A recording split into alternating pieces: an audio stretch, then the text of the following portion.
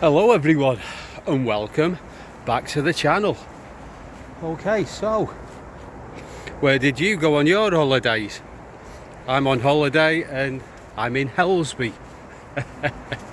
Anyone who's from my neck of the woods will be cracking up laughing. But yeah, this is Helsby Hill. It's I mean, look at that fabulous oak tree there. We don't have oak trees where I live now, and yeah, I'm in a completely different environment, and it's really quite beautiful, apart from the noise. There's an aeroplane. We've got Liverpool John Moores Airport over there. Through the gaps in the trees I can see the Mersey estuary, big wind farms, a big industrial tower of some kind. Yeah, and I'll tell you something, I never ever want to drive again in this country. The roads are mayhem.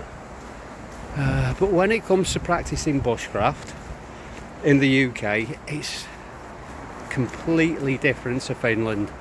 For one thing, as if you're camping, you need to preferably be prepared. You need to know where you're going, landowner's permission, all of that kind of thing. And it's often not very practical to do that while you're hiking from one place to another.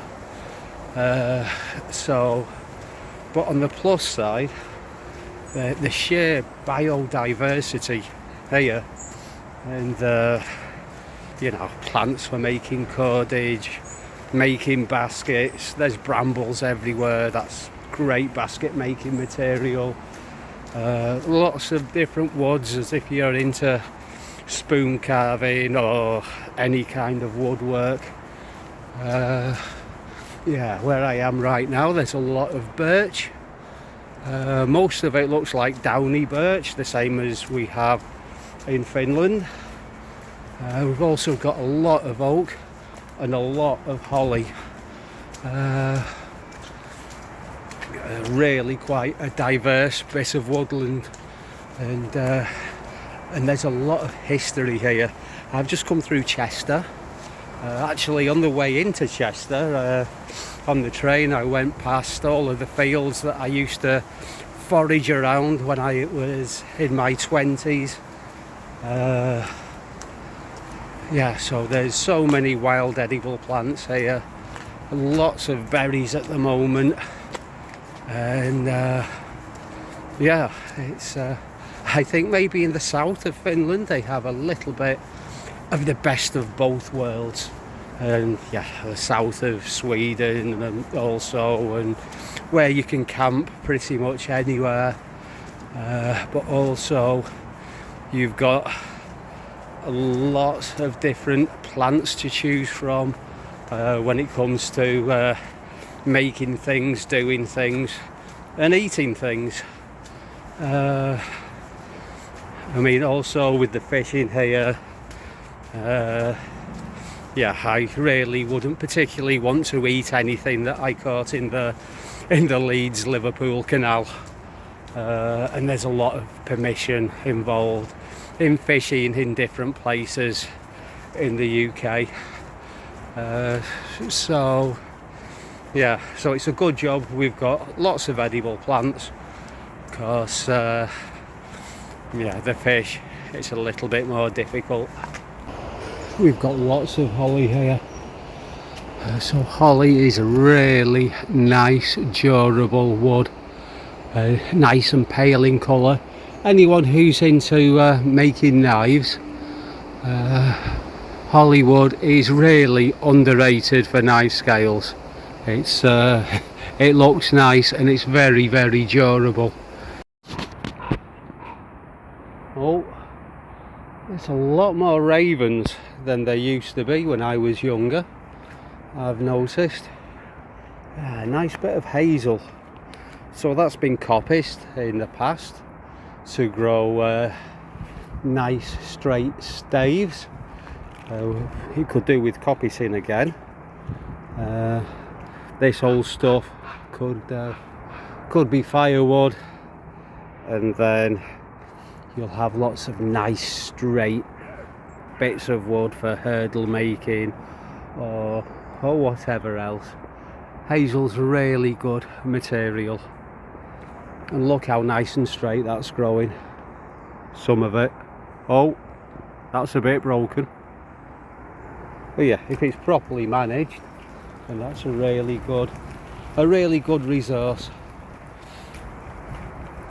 Which is another thing here, you can get involved in all kinds of coppicing projects, hedge laying, lots of voluntary conservation projects out in the countryside, which is always good to do. Nice to get outside and do something productive and enjoyable. I really don't know how long I'm going to be in the UK this time. Yeah, so wow, that's a fabulous beech tree.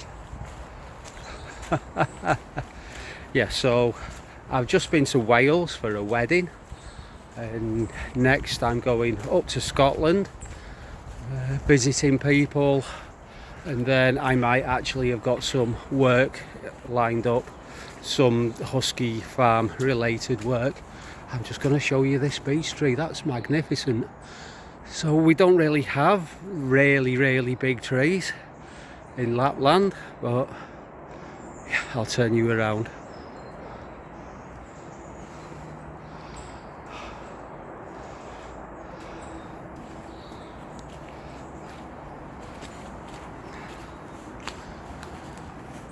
So this is a beech tree, not actually native to Great Britain. These were brought in by, I think it was the Normans. I think the sweet chestnut was brought by the Romans. I think this might have been the Normans. I'm not too sure about that. But yeah, very common now in the UK, and they grow really big, and that is, I'm really not used to seeing trees quite that big. Okay, we've got lots of rhododendron ponticum here, which is extremely invasive. It also poisons the soil, so nothing else will grow, and yeah, really hard to get rid of. So the best way to do it is to cut it all down short, and when it all starts to sprout up again, then a good dose of glyphosate. Not even sure if glyphosate's still legal, but yeah, a good systemic weed killer.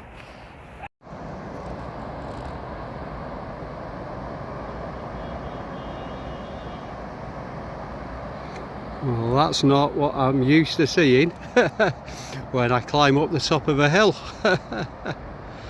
Yeah, so there are lots of nice little green spots in the UK, even in the industrial parts.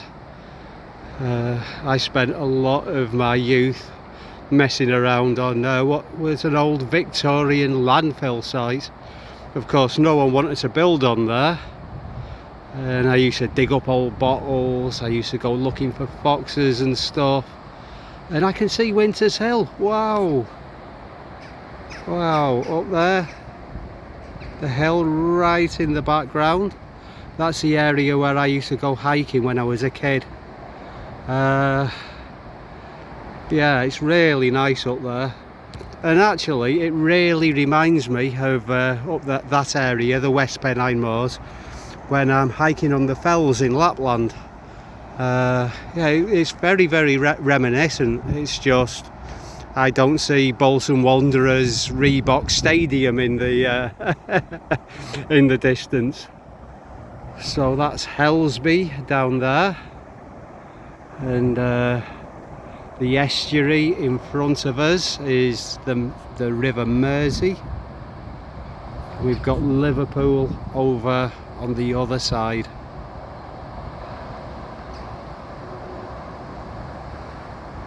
Yeah. Of course, we've also got lots of national parks like Snowdonia, the Lake District, and a lot of the country is quite a lot more rural than where I am now. But even so, I mean, once you get away from the towns and the people and the factories and the noise, it's really pretty. And also there's lots of interesting little bits of history around the place. I don't know much about the area where I am now. I think I've been here before, but I chose to come here basically because I'm meeting up with people in different places, and yeah, and I wanted to come out into the woodland and basically reacquaint myself with the British woodland. So I've come back from Wales. I was by the sea most of the time, so quite a different environment, which is another nice thing. We do have a lot of different environments and habitats, moorland, woodland, some fantastic coastline. We have got quite a lot of coastline, yeah, and to be honest, where I live in Finland, it's I don't see the sea very much, which for me is a little bit strange because I've lived right next to it for so much of my life. And of course, in England, you're never really that far away from the sea. But yeah, I'm just starting to realise why it was such a good idea to come here. So up in the distance, that's Moelvama. Just below that is Mold, where I used to live. And that's the Clwydian mountain range in North Wales, which is somewhere else where I used to hike a lot when I was young. And there, we have a real blot on the landscape, but never mind. I suppose it's doing something useful, whatever the hell it is.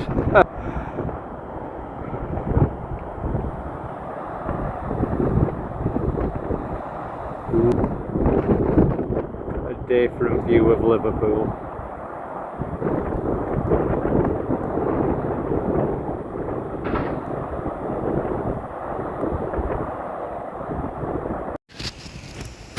And this is one of the little wooded pathways, so typical. So there's fields on either side. Looking at this probably used to be a hedge either side, but everything's become overgrown. So you have, in a typical hedge, you'll have the main species being hawthorn, and then every so often you'll have a full-sized oak tree growing in there, which will be providing firewood. Yeah, these are quite big hawthorn trees now.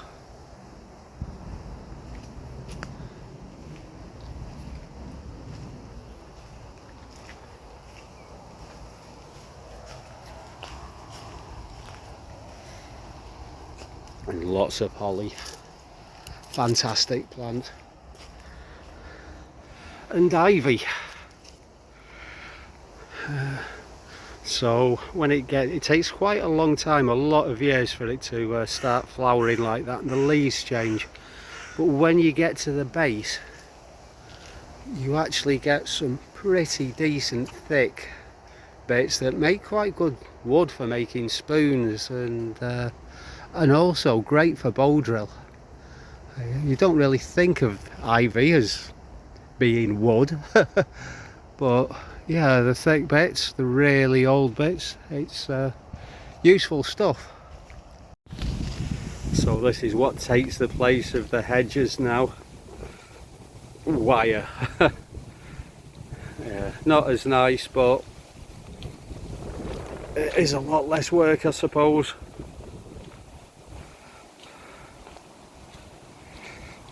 I was hoping to find more fungi. So I used to eat a lot of shaggy inkcap and a lot of parasols. If you're wanting to forage mushrooms, what I'd recommend that you do is learn as many as you can, but only eat a few of them. Only the ones that you're 100% sure of. And as you spend more time looking at them and looking at different ones and gaining confidence with the others, then you can start to eat a few more. But for me, it used to be parasols and shaggy inkcaps. I did find a couple of parasols in Wales, actually.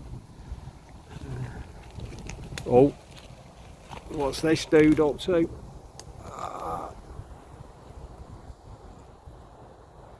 Not being in focus, that's what he's up to. Now we're just going down into what used to be a quarry.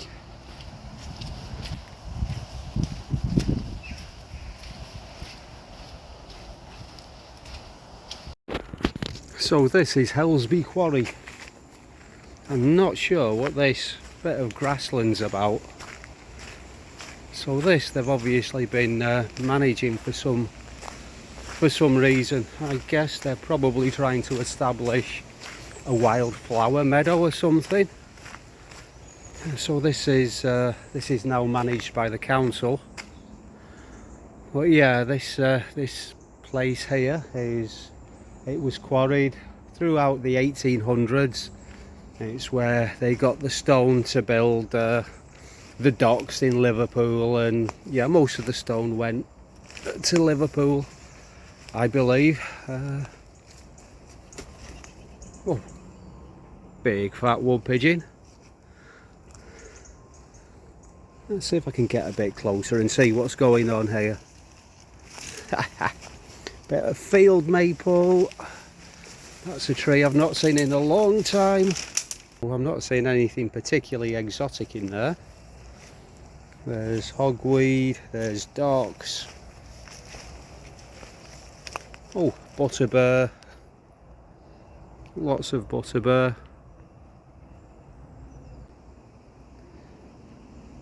I mean, that's obviously been mowed, or at least passed with a brush cutter.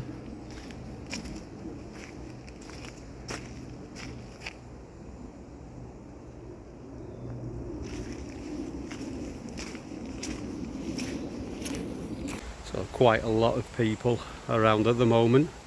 But yeah, this is the first time I've been outside of Lapland for 5 years, I think. Well, I mean, it was before lockdown, and yeah, it is a bit of a shock to have so many people around. But yeah, it's nice to be back, and thank you very much for watching the video. I hope you found it interesting. Nothing much, just me having a look round and getting reacquainted with the place. Okay, so I got interrupted again. Anyway, I'm going to the pub now. Thanks for watching, and yeah, give us a thumbs up, drop us a comment, and I'll see you all again soon for another Kookily Bushcraft video.